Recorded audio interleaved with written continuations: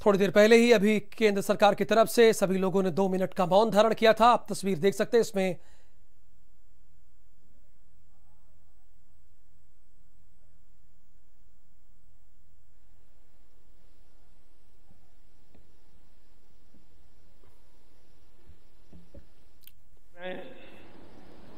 मेरी और मैं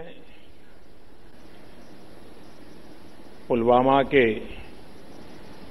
आतंकी हमले में शहीद जवानों को आदरपूर्वक श्रद्धांजलि अर्पित करता हूं। उन्होंने देश की सेवा करते हुए अपने प्राण न्योछावर किए हैं। दुख की इस घड़ी में मेरी और हर भारतीय की संवेदनाएं उनके परिवार के साथ है।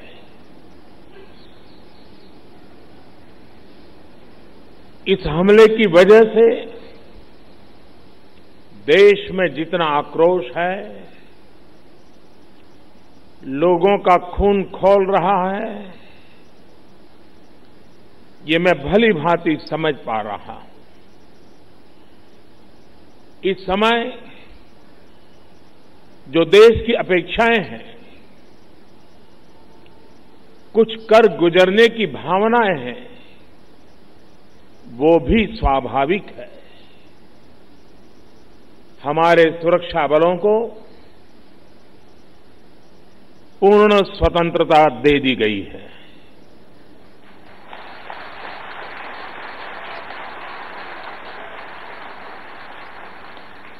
हमें अपने सैनिकों के शौर्य पर, उनकी बहादुरी पर पूरा भरोसा है। मुझे पूरा भरोसा है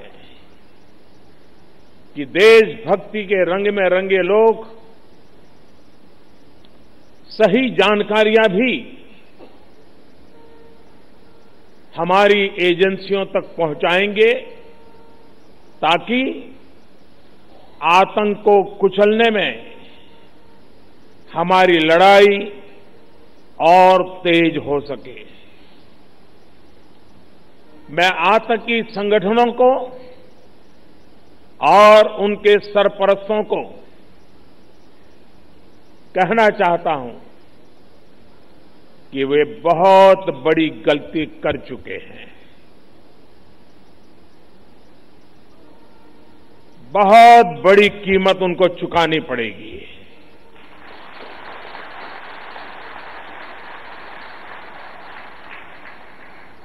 मैं देश को भरोसा देता हूं कि हमले के पीछे जो ताकतें हैं,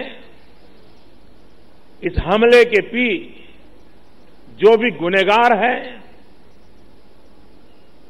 उन्हें उनके किए की सजा अवश्य मिलेगी।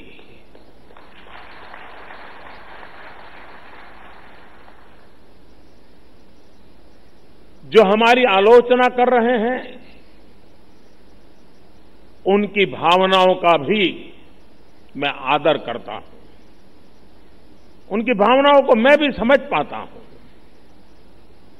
और आलोचना करने का उनका पूरा अधिकार भी है। लेकिन मेरा सभी साथियों से अनुरोध है कि ये वक्त बहुत ही संवेदनशील और भावुक पल है। पक्ष में या विपक्ष में, हम सब राजनीतिक छींटाकशी से दूर रहें। इस हमले का देश एकजुट होकर के मुकाबला कर रहा है। देश एक साथ है, देश का एक ही स्वर है और यही विश्व में सुनाई देना चाहिए, क्योंकि लड़ाई हम जीतने के लिए लड़ रहे हैं।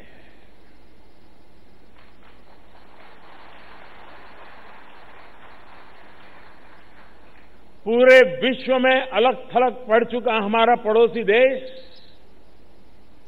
अगर ये समझता है कि जिस तरह के कृत्य वो कर रहा है, जिस तरह की साजिश रच रहा है, उससे भारत में अस्थिरता पैदा करने में सफल हो जाएगा, तो वो ख्वाब हमेशा हमेशा के लिए छोड़ दे। वो कभी ये नहीं कर पाएगा और न कभी ये होने वाला है।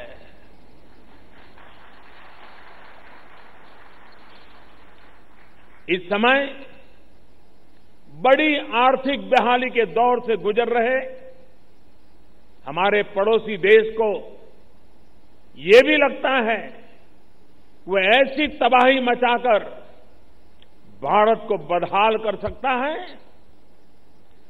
उसके ये मंसूबे भी कभी पूरे होने वाले नहीं हैं।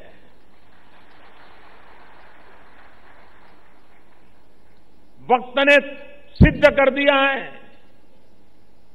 कि जिस रास्ते पर वो चले हैं वो तबाही देखते चले हैं, और हमने जो रास्ता अख्तियार किया है वो तरक्की करता चला जा रहा है। 130 करोड़ हिंदुस्तानी ऐसी हर साजिश, ऐसे हर हमले का मुंह तोड़ जवाब देगा।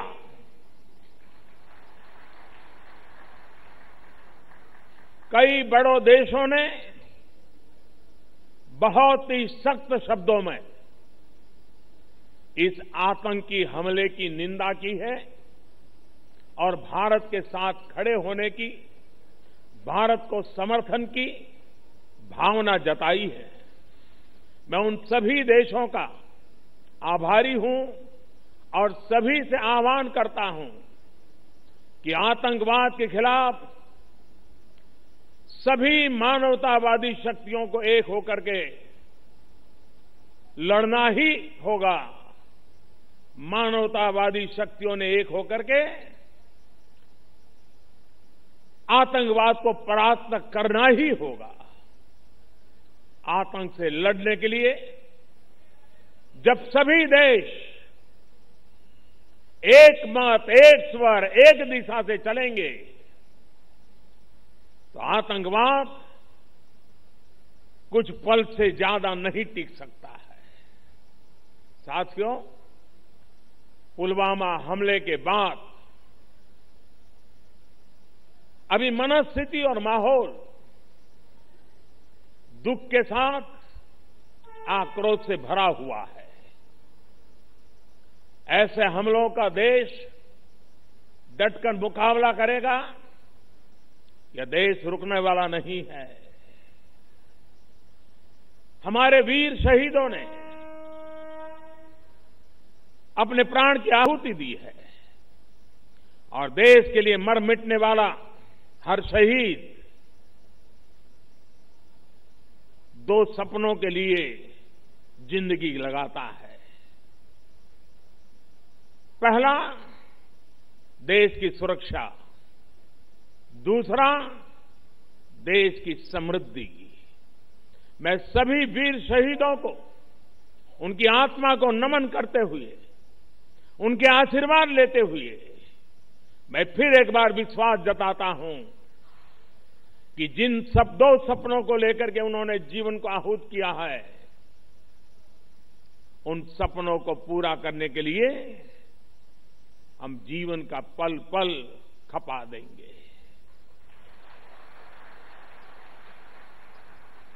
समृद्धि के रास्ते को भी हम और अधिक गति दे करके, विकास के रास्ते को और अधिक ताकत दे करके हमारे इन वीर शहीदों की आत्मा को नमन करते हुए आगे बढ़ेंगे।